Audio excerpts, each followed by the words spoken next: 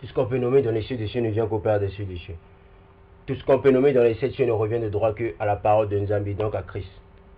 Puissance, domination, souveraineté, autorité et tout ce qu'on peut nommer dans les hiérarchies. Bien, on va poursuivre avec la focratie, d'accord?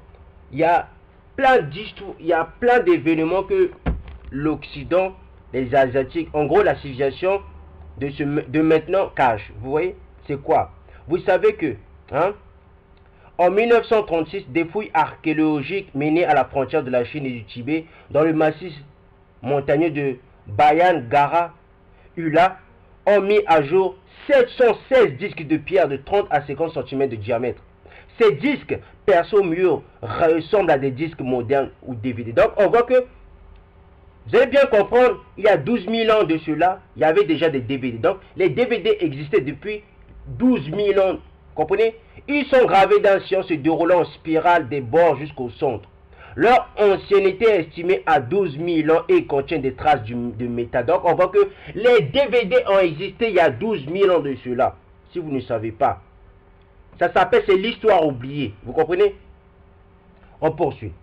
Le docteur Vyacheslav Zaitsev a rapporté que cela pourrait être une forme d'écriture et que ces disques vivraient dans certaines conditions d'expérience comme s'ils portaient une charge électrique.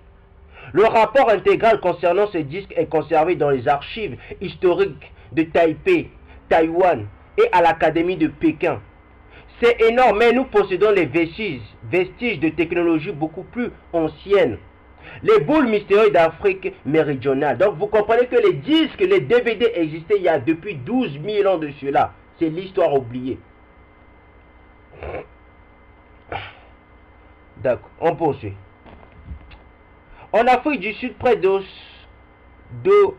d'Ostale, les mineurs remontaient en 30 ans près de 200 objets métalliques sphéroïdaux.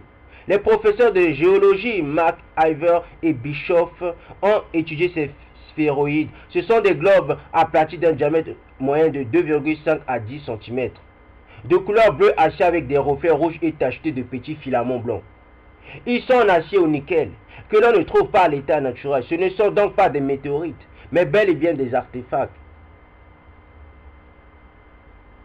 Donc, en Afrique du Sud, ils ont trouvé 200 objets métalliques. Ils ont trouvé des artefacts. Donc, ils ont trouvé des choses archéologiques. Aux yeux de la science, comme je l'ai dit, ces artefacts constituent des singularités. Nul ne s'attend à les voir entrer dans une quelconque théorie. Cela supporte une distinction des concepts ordinaires qui n'est pas concevable. Point final. Cette fois, par chance, ça n'a pas été le cas. Les boules mystérieuses sont exposées au musée sud-africain de Klerksdorp, où chacun peut les y admirer. À leur propos, R. Max, le conservateur du musée, a fait cette stupéfiante déclaration. Mystérieusement, alors qu'elles sont enfermées dans leur vitrine, elles tournent lentement sur leur axe. Le meilleur moyen de ne pas trouver de preuves, c'est de ne pas en chercher. L'histoire de notre espèce ne se compte pas en milliers, mais en milliards d'années sans doute, et peut-être davantage. Deuxième conclusion, plus importante encore, ce que nous enseigne la pensée indienne antique, c'est que le temps n'est pas linéaire et continu, comme le veut notre vision occidentale, assez plurielle à vrai dire. Le temps est cyclique. Toutes les philosophies antiques nous le disent. Le paradigme, c'est l'ensemble des idées. C'est un cadre qui permet à la personne de réfléchir sur chaque chose qu'on présente. Ça, que ce soit sacré ou profane. La personne utilise son paradigme pour avoir sa propre vision. Tout paradigme est produit à partir de la culture de la personne. Et c'est la culture de la personne qui donne naissance. Donc, on voit que la culture d'une nation, c'est essentiel. Moi, je sais que, je vais même le démontrer l'année prochaine, que les Bantous, c'est vraiment les vrais Israélites. Les Bantous avaient des coutumes des vrais Israélites. Même les Éthiopiens. Ah, les Éthiopiens, l'Éthiopie, c'est la première nation christianisée, non, n'est-ce pas? Mais avant que l'Éthiopie soit christianisée, qu'est-ce qu'elle était l'Éthiopie? Je vais vous démontrer que l'Éthiopie connaissait la spiritualité du peuple Bantou. Avec le temps, l'année prochaine, vous allez voir. Donc, on poursuit. La définition de la religion n'est pas la même chose. La définition de croyance n'est pas la même chose. La définition du créateur n'est pas la même chose. La définition de l'humain n'est pas la même chose. Tout est différent, donc on se dit, si j'utilise la pensée de l'autre pour réfléchir, non seulement je n'ai pas apporté ma contribution dans l'humanité parce que j'ai diminué ma pensée. Éliminer la pensée de l'autre ne suffit pas. Est-ce vraiment la bonne pensée? D'accord? Donc, chaque culture a son paradigme. Chaque culture a ses pensées. Donc, quand le peuple noir, quand le peuple bantou, ils veulent s'approprier les cultures des autres nations, donc leur capacité de penser, elle disparaît. Vous comprenez? Quand une nation ne parle pas sa propre langue, sa capacité de penser, son paradigme, ça disparaît. Vous comprenez? Ça sert à quoi une culture? On poursuit. L'objectif final de l'homme est de vivre mieux. Mieux ne s'arrête pas dans le sens physique. Manger, boire, mieux apporter quelque chose de mieux. Je l'avais déjà dit dans les vidéos de la faucratie que un être humain a une mission sur Terre. N'importe quel être humain a une mission sur Terre. Quand vous mettez des enfants au monde, l'enfant a un but sur Terre, a une mission sur Terre. D'accord? Donc, laisser quelque chose de mieux contribuer à apporter son édifice. En disant pourquoi on est là, qu'est-ce qu'on doit faire ici, qu'est-ce que l'humanité veut laisser ici. Chacun apporte de son mieux car on n'est pas né pour se battre, ni pour se haïr, ni pour que chacun puisse apporter son mieux. On n'étudie pas la sagesse, on apprend la sagesse, d'accord? La sagesse, on n'étudie pas la sagesse. Celui qui étudie la sagesse, il est dans la théorie. Celui qui vit dans la sagesse, il pratique la sagesse. Vous comprenez? On ne va pas avoir l'amour de la sagesse, mais on va vivre dans la sagesse, d'accord? Est-ce que c'est possible d'utiliser la langue de l'autre pour parler de la culture, pour parler de foi, pour parler de la pensée? Le monde occidental, dans son paradigme, dit que le mot philosophie est un mot grec qui est né en Grèce, qui signifie l'étude de la sagesse, l'amour de la sagesse. Soit ça, l'un ou l'autre, ce qui est sûr, c'est l'étude de la sagesse. L'amour de la sagesse, c'est de la sagesse, d'accord? L'étude de la sagesse africaine, ne le dit pas en étudiant pas la sagesse, mais on apprend la sagesse. Mais on apprend la sagesse, on voit l'étude de la sagesse n'est pas valable pour les Africains. Nous, on dit on apprend la sagesse, eux ils disent on va étudier la sagesse. Définition si. Si c'est leur appliquer ce mot-ci, ça veut dire l'homme ne veut pas de la sagesse, mais il aime, mais il n'a jamais dit qu'il veut le devenir. Donc ça n'a rien à voir avec le paradigme occidental. Ne veut pas de la sagesse. Si c'est l'amour de la sagesse, il aime, mais il n'a jamais dit qu'il veut le devenir. Et si c'est l'amour de la sagesse, il aime, mais il n'a jamais dit qu'il veut le devenir. Donc ça n'a rien à voir avec la définition africaine. L'Africain essaie de devenir sage, vivre dans la sagesse. Ils disent que le mot était né en Grèce. On remarque que le mot n'existe dans aucune langue grecque. Extraordinaire qui puisse paraître, le mot n'existe dans aucune langue grecque, aucune. Les Grecs les ont utilisés à partir des écrits qu'ils avaient trouvés des Arabes noirs, qu'on les appelle les morts. Vous allez me dire, mais qui sont les Arabes noirs? Les vrais Arabes même. Celui qui connaît l'histoire du peuple noir, les vrais Arabes, ce sont des Noirs. D'accord? Les vrais Arabes, ce sont des Noirs. Celui qui connaît l'histoire du royaume Congo, il sait que les vrais Arabes, ce sont des Noirs. Lui qui connaît l'histoire du royaume Congo, il sait que les vrais Israélites, ce sont des Congos. Les 12 tribus Congo. On va parler de ça avec le temps, d'accord? On est dans le temps de la fin. On poursuit. Le paradigme occidental ne veut pas de la sagesse, il étudie. Il n'a jamais dit qu'il veut le devenir. Si la Chine n'est pas l'Asie, c'est quoi l'Asie? La terre collée avec la terre chinoise est une terre d'Asie qui est Russie. Donc, la Russie, c'est l'Asie. La terre qui est collée avec la Russie, c'est l'Ukraine, c'est l'Asie. La Pologne, l'Allemagne, la France, c'est l'Asie. Mais par idéologie, ils ont voulu se séparer avec l'Asie. Ce n'est pas innocent. Sauf c'est qu'il y a une cause cachée. Il y a un objectif dans tout ça. Ce peuple qu'on appelle origine de souche, de ce fait, soit on est mongol de l'ethnie, soit on est mongol de l'ethnie viking. Ils ont l'origine comme l'actuelle Mongolie, leur terre originale qui est née nullement ailleurs que l'actuelle Mongolie. Voilà où ils habitent. Ces deux familles ne sont jamais restées là 24 heures, d'accord? Sans jamais faire la guerre, jamais dans toute l'histoire de la Mongolie. Les Vikings les ont toujours dominés, et ils ont habité là des siècles et des siècles, jusqu'à ce que l'endroit n'est plus habitable. Ils sont partis des terres habitables, la nourriture, surtout un peu de repli. Les Vikings ont toujours dominé les Celtes. Voilà pourquoi ils ont quitté la Mongolie. Ils sont rentrés aujourd'hui en Europe par la Russie, les pays de l'Est. Comme c'est le viking toujours qui domine, toujours, chaque terre découverte, les vikings prennent et continuent, ce qui veut dire les vikings ont pris les premières terres, l'actuelle Russie, la Pologne, la Suède, la Danemark, la Hongrie, la Norvège, la Hollande, l'Allemagne, l'Angleterre. Ça, c'est les familles vikings. Donc les vikings, ce sont les Hollandais, ce sont les Russes, ce sont les Danois, ce sont les Suédois, ce sont les Polonais, ce sont les Hongrois, ce sont les Norvégiens, ce sont les Allemands et l'Angleterre. Ça, ce sont des vikings. Les Celtes sont arrivés jusqu'en bas, c'est là qu'ils ont découvert les terres de l'Europe de l'Ouest. Les Celtes, ce sont les Portugais, les Belges, les Français, etc. Quand ils sont arrivés, ils ont trouvé des populations sur place. L'actuelle Grèce et l'actuelle Rome avaient deux populations qui habitaient là. Mais avant qu'ils arrivent, d'autres populations d'Égypte noire, charbon, qui sont venues sur l'île de Crète, Athènes, fait la Grèce, ils se sont multipliés et habitaient là pendant longtemps. D'autres populations ont quitté l'Iran, Perse, blanche, c'est-à-dire traversé en Arménie et venu sur l'actuelle Turquie. Ils ont commencé à faire des métis.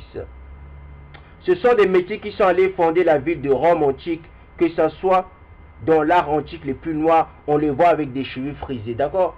Quand vous regardez l'art antique de l'Italie, vous voyez que c'était des métis qui habitaient là. Les métis là, comment on les appelait? On les appelait des Phéniciens. Vous voyez? Les Phéniciens qu'on voit dans la Bible. C'est pour ça dans une de mes parties de la spiritualité, j'avais dit que les Phéniciens c'était des métis. Mais il y avait une personne qui m'avait dit, qui avait fait une vidéo qui avait dit oh c'est faux. Mais néanmoins, c'était aussi des métis les Phéniciens. Vous comprenez? Donc on voit que l'Italie antique c'était des métis. La vraie Italie antique c'était des métis qui habitaient là. Regardez seulement les frasques, regardez l'art antique de l'Italie, vous allez voir des cheveux frisés, un peu crépus, ils attendent toujours en morceaux. Quand ces Noirs sont venus de l'Afrique du Nord étudier chez les Grecs, qui eux venaient de l'Égypte, ils ont appris beaucoup de choses de leur culture, de leur tradition, de leur coutume, de leur pensée, de la philosophie et des études mathématiques. Les Grecs d'origine qui sont venus d'Égypte, vous comprenez? Les vrais Grecs c'était des Égyptiens. Avant que les faux Grecs, avant que l'Occident s'accapare de la grecque, les vrais Grecs c'était des Égyptiens. Vous voyez? Donc on poursuit. Maintenant quand les Mongols sont venus de l'ethnique Celtes, ils sont venus à Rome encercler et exterminer les Romains. Ils se sont fait les nouveaux Romains. Soit c'est l'Italien de maintenant. Il a aucun rapport de près ni de loin avec un Romain antique. Ils ont continué sur l'actuelle Grèce, ils ont trouvé les Noirs venus d'Égypte. Ils ont exterminé tout le monde, ils avaient déjà l'expérience de la guerre. C'est ce qu'ils ont fait depuis l'existence de leur guerre et toujours. Parce que la civilisation occidentale, ils sont forts dans la guerre. Ils ont l'expérience de la guerre parce que cette civilisation, elle se battait chaque jour avec les Vikings. Donc les Celtes se battaient chaque jour avec les Vikings. Ils ne pouvaient pas se reposer. Regardez même les films. Quand vous voyez les films européens, vous voyez toujours que les Celtes se battaient beaucoup avec les Vikings. Parce qu'ils ont l'art de la guerre. L'autre étudiait, faisait tous pour vivre en paix. L'autre étudiait. Donc les Égyptiens étudiaient et pour vivre en paix. D'accord? La justice, la maths. Ils ont exterminé tous les Grecs sans exception. Là, ils ont fini d'exterminer ces Grecs. Les Grecs antiques c'était des Égyptiens. Donc quand ils ont fini d'exterminer tous les Égyptiens qui se trouvaient en Grèce, ils se sont installés, fait de nouveaux Grecs, les Celtes, les Latins, d'accord? Parce que la Grèce antique, c'était des Noirs, c'était des Égyptiens. L'Italie antique, c'était des Métis. Des siècles après, les Noirs qui étaient venus étudier là-bas, leur descendance a eu l'idée de retourner étudier là où leurs ancêtres avaient étudié, c'est-à-dire la Grèce. Arrivés là-bas avec leurs livres, leurs archives, leurs documents pour voir ce qui était devenu le peuple qui a enseigné leurs ancêtres, ils ont dû trouver des Celtes, des Mongols, des prétendus blancs. C'est pas ça qu'on a de nos annales. C'est pas ça qu'on a dans nos livres. Dans le Celte grec se demande c'est quoi annale? C'est quoi un livre en réalité? Ils n'ont jamais connu d'écriture, ni annale, ni livre, jamais. Voilà la première fois de leur existence. Ils ont vu des écritures, des annales, des livres, des archives. Ils ont demandé à ces gens-là de leur expliquer qu'est-ce que c'est, et ces gens avaient beaucoup de difficultés. Et ça a pris du temps parce qu'ils ne se comprenaient pas. parlaient pas. La même langue, ces gens-là ont fini par expliquer qu'est-ce que c'est là pour la première fois de leur existence. Ils ont appris l'écriture plus tard. Ils se sont basés sur ça, traduit tout ça dans leur langue à eux, qui sont les langues celtes, latinos. C'est là qu'ils ont vu la différence fondamentale qui a leur culture, civilisation, leurs coutumes et la population qu'ils ont précipité à massacrer. Ils ont regretté d'avoir effacé cette population. Non pas ce sont des êtres humains, ils disent si on ne les avait pas tués, on allait mieux apprendre. Ils devaient d'abord regretter en disant si on les a tués parce que ce sont des êtres humains. Excusez-moi, laissez-moi le temps.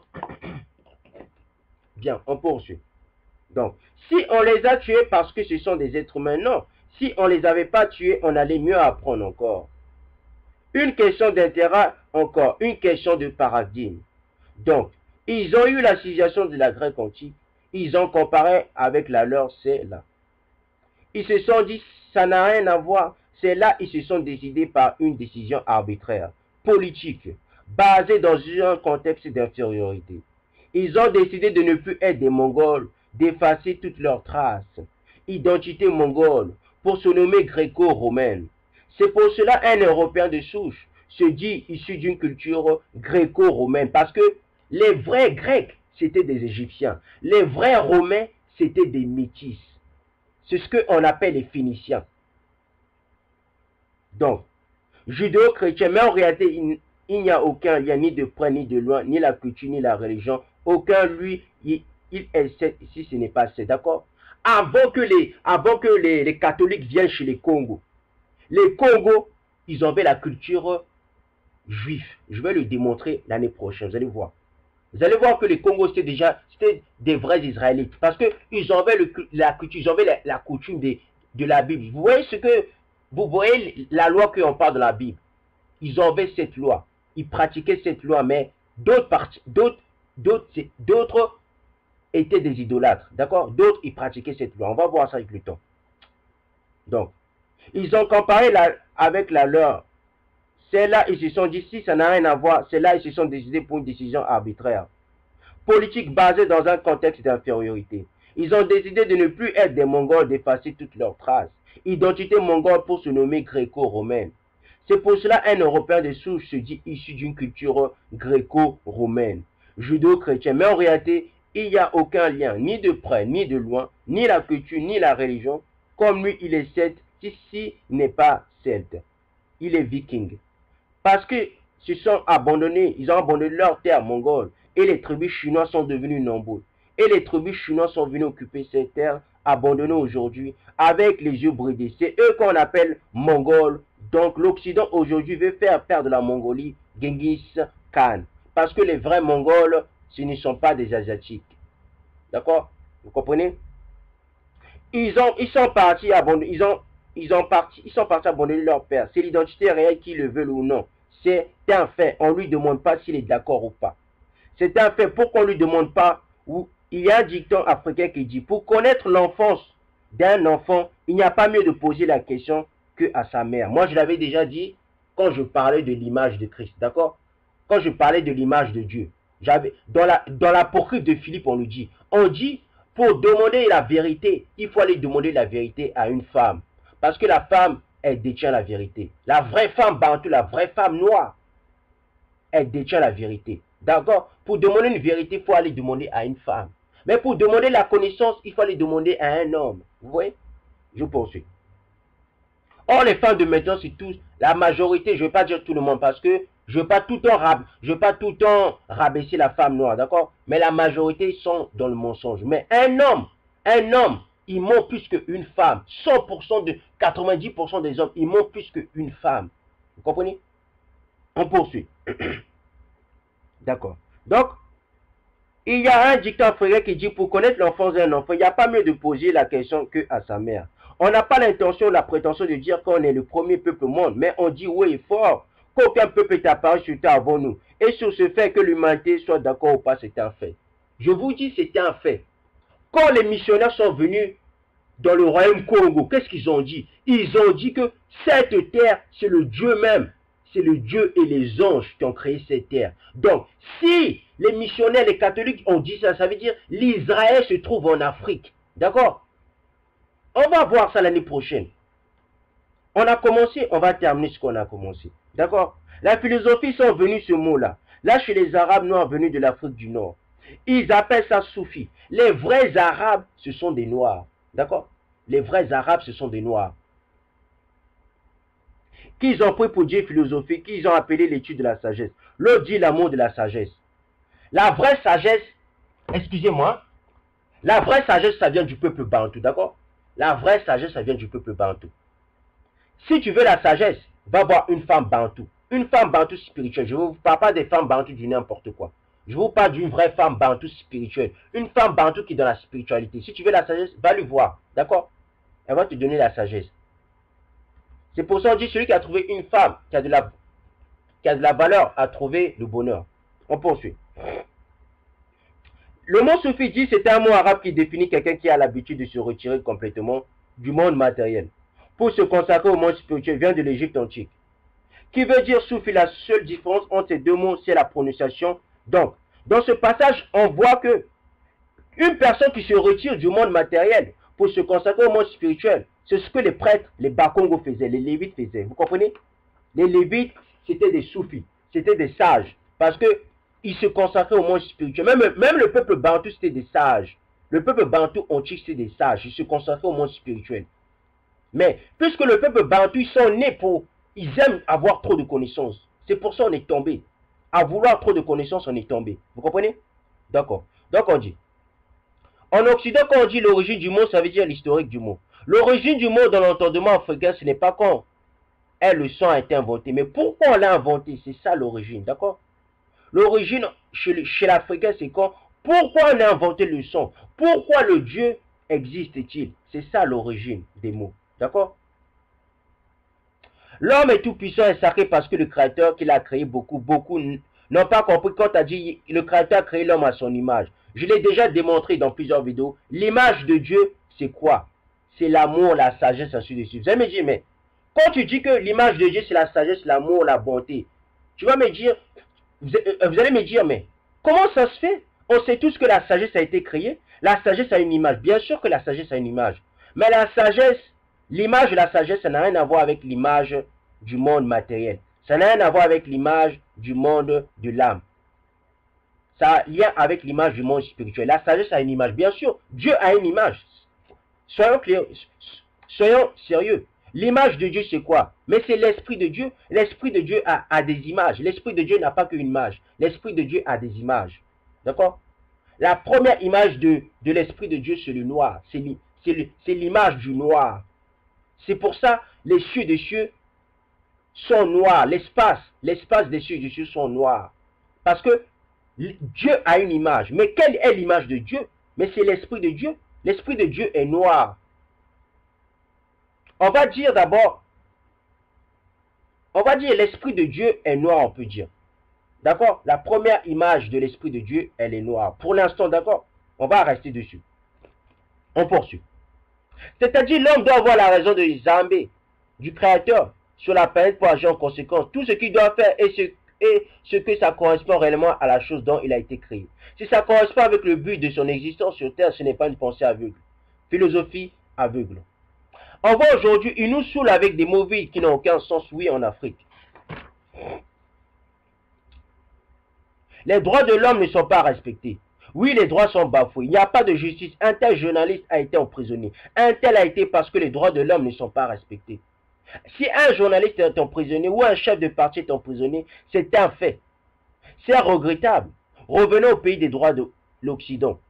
Ici, l'homme est l'homme à partir de 18 ans ou 21 ans. En Afrique, l'homme est l'homme avant sa naissance.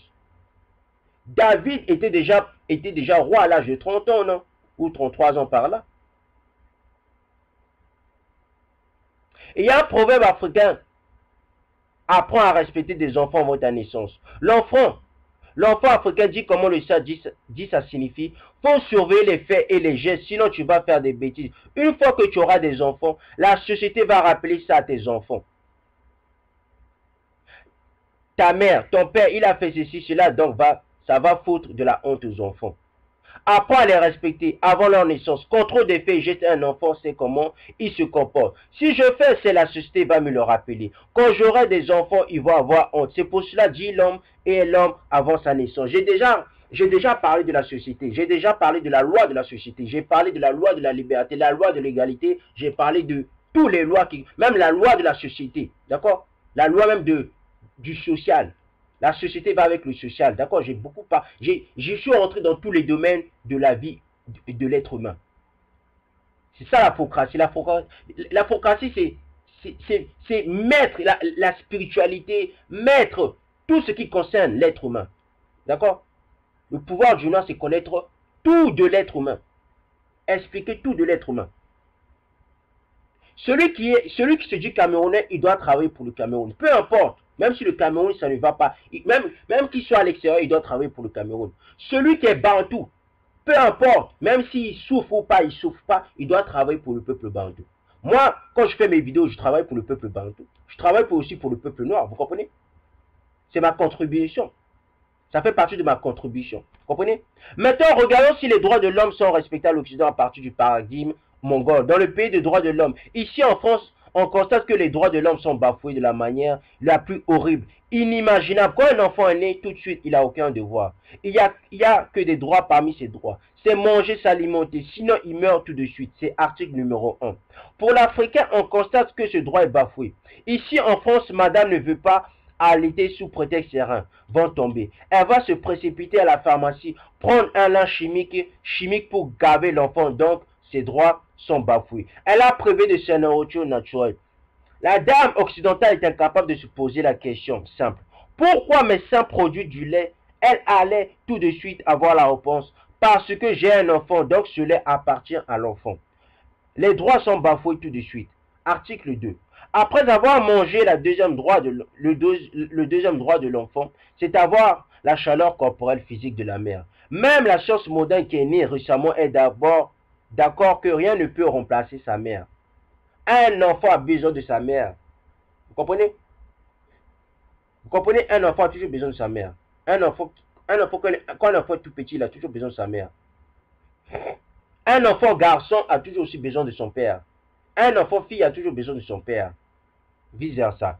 Là encore, les droits sont bafoués. Là encore, madame travaille. Elle va remplacer ça avec 4, 5, 10 pulls et 2 blousons et aller déposer l'enfant à la crèche où l'enfant était inscrit 3 ou 4 fois avant sa naissance. Là encore, les droits sont bafoués.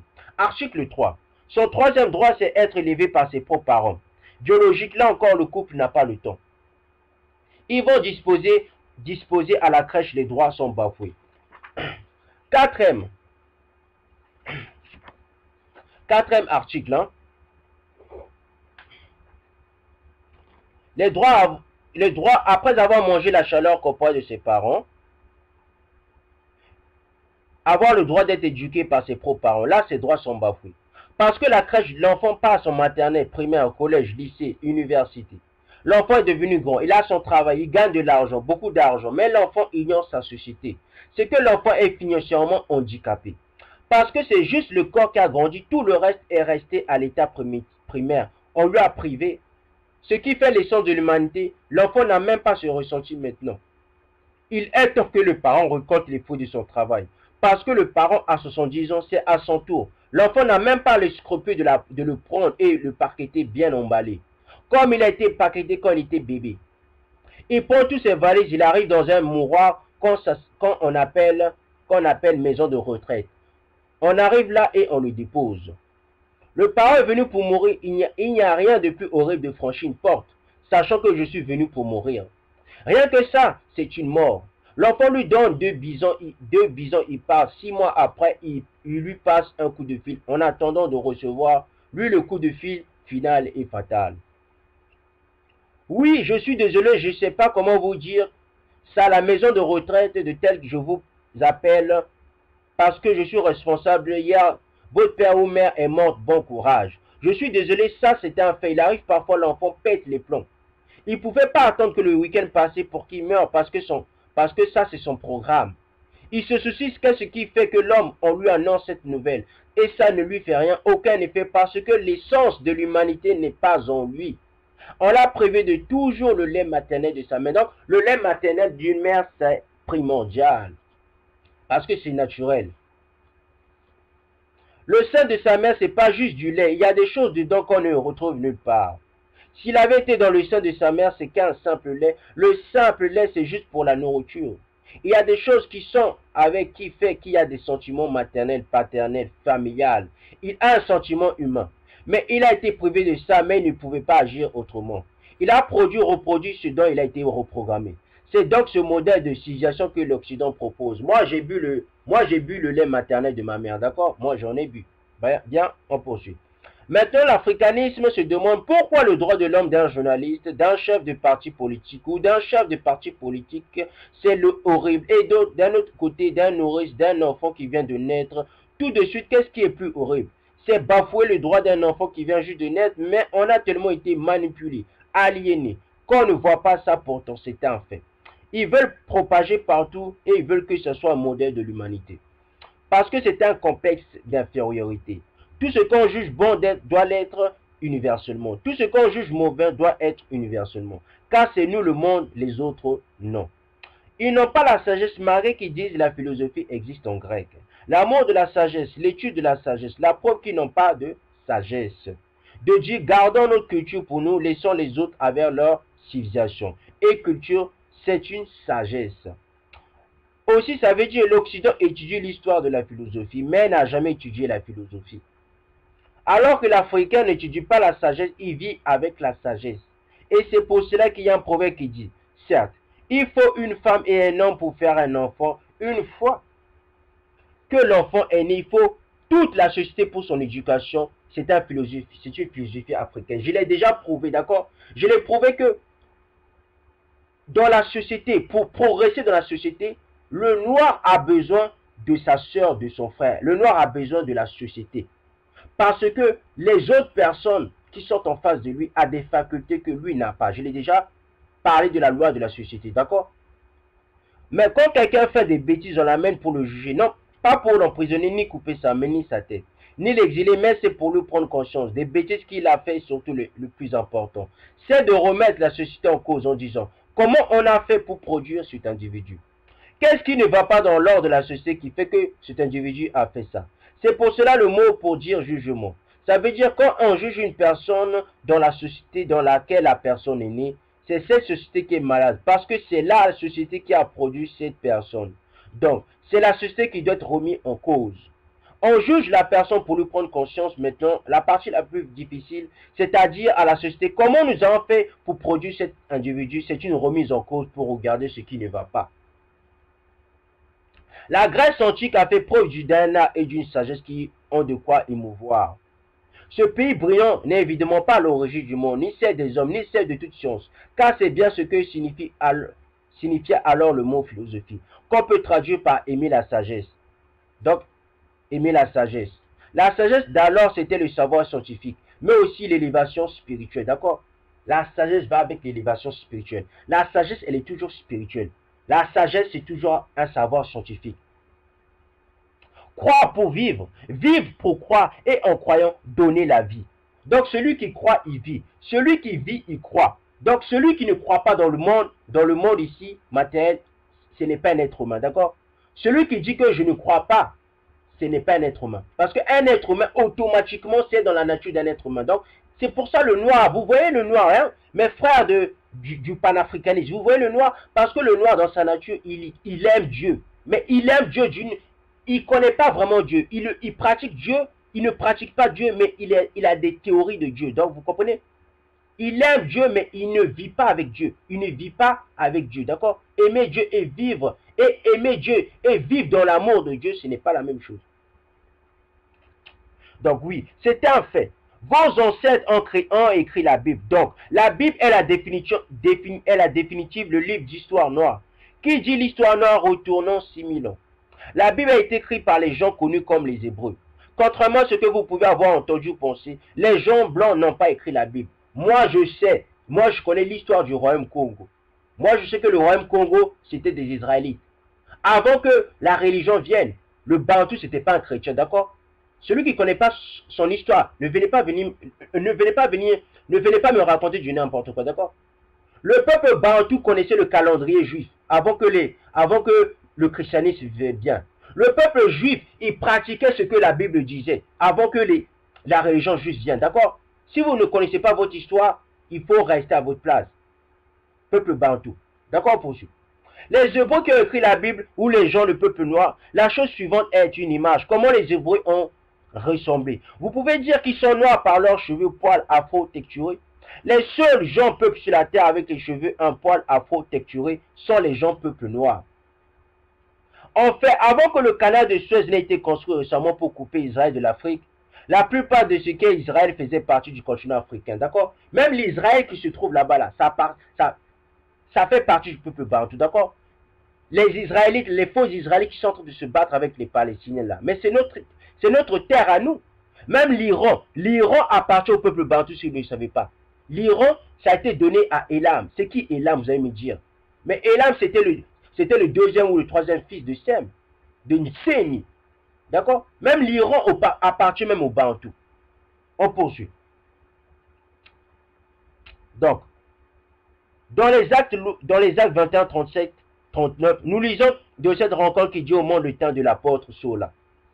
Et comme Saul était sur le point d'être apporté dans le château, il sait au capitaine en chef, mais je vous dis quelque chose. Et il a dit, connaissez-vous le grec? Là, vous non.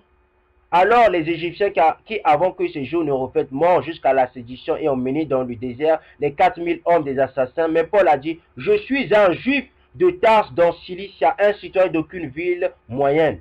Et je vous prie de me donner le congé pour parler aux gens, au peuple. Donc, Paul était romain, Paul était italien, mais Paul d'origine, l'origine de Paul était juif. Mais juif de quoi? Mais Paul c'était un béti. Vous avez dit c'est qui sont les bétis? Mais les bétis ce sont les Gabonais. Mes frères Gabonais ce sont des bétis. C'est la tribu de Benjamin. Les bétis. Si je ne me trompe pas. Dans cette conversation courte, nous pouvons entrevoir quelques informations sur Saul. Vous pouvez le voir, le capitaine de la garde qui peut avoir été un homme blanc après Paul, Saul pour un Africain, comme il a regardé le temps. Donc, le capitaine grec, donc, non, le capitaine romain, donc, le romain a pris Paul pour un Égyptien. Mais qui? Mais les Égyptiens étaient quoi? Mais les Égyptiens étaient noirs. Celui qui connaît l'histoire du royaume Congo, il sait que les Israélites sont noirs. Moi, je connais mon histoire, d'accord?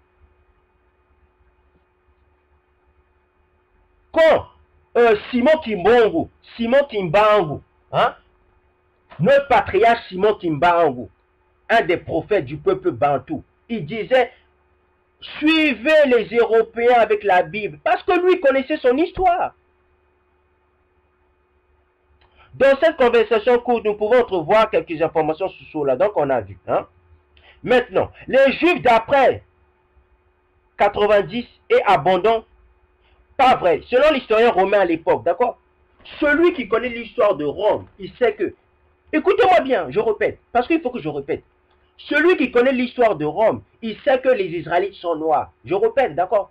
Le panafricaniste, il ne connaît rien du tout, d'accord? Moi, je le répète. Vous allez écouter, vous n'allez pas écouter ce que je dis, ça ne tient qu'à vous, d'accord? Les panafricanistes, ils ne connaissent pas leur histoire. Ils connaissent que les Béonzé, ils connaissent que les autres. Ils ne connaissent même pas l'histoire du peuple bantou. D'accord? Ils ne connaissent même pas l'histoire même de l'Italie. Celui qui connaît l'histoire de l'Italie, il sait que les vrais Israélites étaient noirs. D'accord? Je ne suis pas là pour dire je pèse ou je mesure mes mots. Je ne suis pas là-bas, d'accord? Moi, ce que je sais, celui qui connaît l'histoire de l'Italie, il sait que les vrais Israélites étaient noirs. Point barre. D'accord? On poursuit. Donc, l'historien Tacite, il disait quoi? Il disait les Juifs de 90. Donc, les Juifs après Yahshua, donc les Juifs après Christ de 90 et abondants en Europe ont été appelés des Éthiopiens. Mais pourquoi les Juifs ont été appelés des Éthiopiens? Parce que les vrais Juifs se trouvaient en Afrique. Les Juifs avant, nous les Bantous, on nous appelait les Éthiopiens de l'Ouest. Écoutez-moi bien, arrêtez de blaguer avec moi. Votre panafricaniste là, il faut que vous arrêtez avec ça. D'accord? Soit c'est l'Occident qui vous paye, soit vous êtes des escrocs. D'accord? Parce que les Juifs de 90 après Christ on les appelait les Éthiopiens. Mais pourquoi on les appelait les Éthiopiens? Parce que les Bantous, on les appelait les Éthiopiens de l'Ouest. Point barre. Celui qui connaît le royaume, celui qui connaît l'histoire du royaume du Congo, nous les Bantous, on nous appelait les Éthiopiens de l'Ouest. D'accord? On poursuit. Notez, à ce moment-là dans l'histoire, on a universellement connu l'Afrique et les gens, le peuple noir comme les Éthiopiens. D'accord? Parce que, au temps de Rome, au temps de l'Italie, on appelait l'Afrique les Éthiopies. Mais l'Éthiopie de quoi? Il y avait l'Éthiopie du Sud, il y avait aussi l'Éthiopie de l'Ouest. Mais qui était l'Éthiopie de l'Ouest? Mais c'était le peuple, c'était le royaume Congo. D'accord?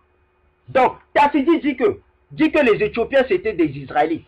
Il dit que, je répète, hein, celui qui connaît son histoire, celui qui connaît le royaume Congo, il sait que les Israélites sont noirs. Point barre. D'accord? Il nous parle de repartir au cul des ancêtres. Depuis quand un Bantou priait des ancêtres? Depuis quand? Votre panafricanisme là, il va falloir que vous arrêtez avec ça, d'accord? Il va falloir que vous acceptez la faucratie, d'accord? La faucratie, ce n'est pas le panafricanisme. D'accord? Donc, puisque les Juifs, pendant des époques romaines, ont rassemblé aux Éthiopiens le peuple, c'est-à-dire noir, alors à coup sûr, les Juifs étaient le regard pelé éthiopien, ou semble longtemps avant la naissance de Christ. Cela signifie que Yahshua lui-même était un homme noir, d'accord? Celui qui connaît l'histoire de l'Italie antique, il sait que les Israélites sont noirs, d'accord? Ce ne sont pas aussi que ce sont pas les Occidentaux qui vont venir vous apprendre vos histoires, d'accord? Ce ne sont pas les Européens qui vont venir vous apprendre vos histoires, ce ne sont pas les Asiatiques qui vont venir vous apprendre votre histoire, d'accord? Les gens qui parlent du panafricanisme, ils ne connaissent même pas l'histoire du peuple noir. Moi, je connais l'histoire du royaume Congo, d'accord? Comme vous pouvez voir que ce n'était pas un cas, une caisse isolée de l'officier romain qui a pris la porte sur la pointe africain pelé sombre. Selon l'historien Tassidi, tout Rome antique a identifié les Juifs comme des Éthiopiens, des Africains, c'est-à-dire noirs. D'accord? Autour de l'Italie antique, tous les Italiens savaient que les Israélites, ils étaient des Noirs. On les appelait les Éthiopiens. Mais on les appelait quoi, les Éthiopiens de quoi? On les appelait les Éthiopiens de l'Ouest. Même les Européens, quand ils sont venus en Afrique, quand ils ont ramené la religion africaine, et non, quand ils ont ramené la religion, ils nous appelaient comment? Mais ils nous appelaient les Éthiopiens de l'Ouest. D'accord? Thème info, connais ton histoire. Toi, une femme bantou, tu te prends pour un Éthiopien. Et non, tu te prends pour un Égyptien. D'accord? On va finir avec ça. On a commencé, on va finir avec ça. D'accord? Comme vous pouvez voir que ce n'était pas un cas, une caisse. D'accord? Donc, si la couleur n'a pas compté pour les Européens, ils ont-ils menti à propos situé à environ et on perd tous les caractères personnages de la Bible blanche? Donc, si la couleur ne compte pas, mais pourquoi vous prenez Christ qui est noir et vous le mettez en blanc? D'accord? Moi, je vous pose aussi la question. Puisque vous, les chrétiens, vous dites que la couleur ne compte pas. Mais écoutez, attendez, vos têtes là, vous avez quoi? Vous avez des graves problèmes ou quoi? Si la couleur ne compte pas, mais attendez, si la couleur ne compte pas, mais pourquoi vous avez blanchi Christ alors? Soit vous êtes des abrutis, soit vous êtes des ignorants. D'accord? Il faut choisir, soit vous êtes des abrutis ou bien des ignorants. Si la couleur ne change, si la couleur ne compte pas, mais pourquoi vous avez blanchi Christ? On poursuit. Donc, le noir, si vous êtes devenus les derniers de la classe, il va falloir que vous vous réveillez, d'accord? Ce ne sont pas les Européens qui vont venir vous aider, d'accord? Apprenez votre histoire. Ce ne sont pas les Européens qui vont venir vous apprendre votre histoire. Ça n'existe nulle part, d'accord? Ce ne sont pas les autres qui viennent vous apprendre votre histoire. Je l'ai déjà dit dans plein de vidéos. On poursuit. D'accord? Quiconque invoque un noir regardant Yahshua, invoque-t-il même du tout s'il savait que Yahshua était noir? La réponse à cela devait vous dire pourquoi le teint des auteurs de la Bible compte. La couleur ne compte pas pour les gens du peuple noir. Les gens du peuple noir invoquent Jésus quand ils ont pensé qu'il était blanc. Alors pourquoi devait-il, étant un noir, remettre les gens du peuple blanc de suivant lui? Si les gens du peuple blanc ne veulent pas connaître Jésus désormais, parce qu'ils ont découvert qu'il était noir, que vous partiez de leur vrai motif, pourquoi ils ont adoré Dieu? Pourquoi ils adorent Dieu? Parce qu'ils adorent Dieu, c'est pour l'argent. Ceux qui connaissent l'histoire du royaume Congo, ils vont comprendre. Les Israélites ont porté le nom de Dieu lui-même. Si les gens du peuple qui sont appelés par mon nom seront eux-mêmes et priant et cherchant mon visage et se tournant de leur mauvaise façon chemin, alors je recevrai de nouvelles du ciel, pardonner leurs péchés, guérira leur terre. D'accord? Le peuple bantou, il va falloir que vous vous réveillez. Dieu, Christ ne va pas venir comme ça. Il faut que le peuple bantou se réveille.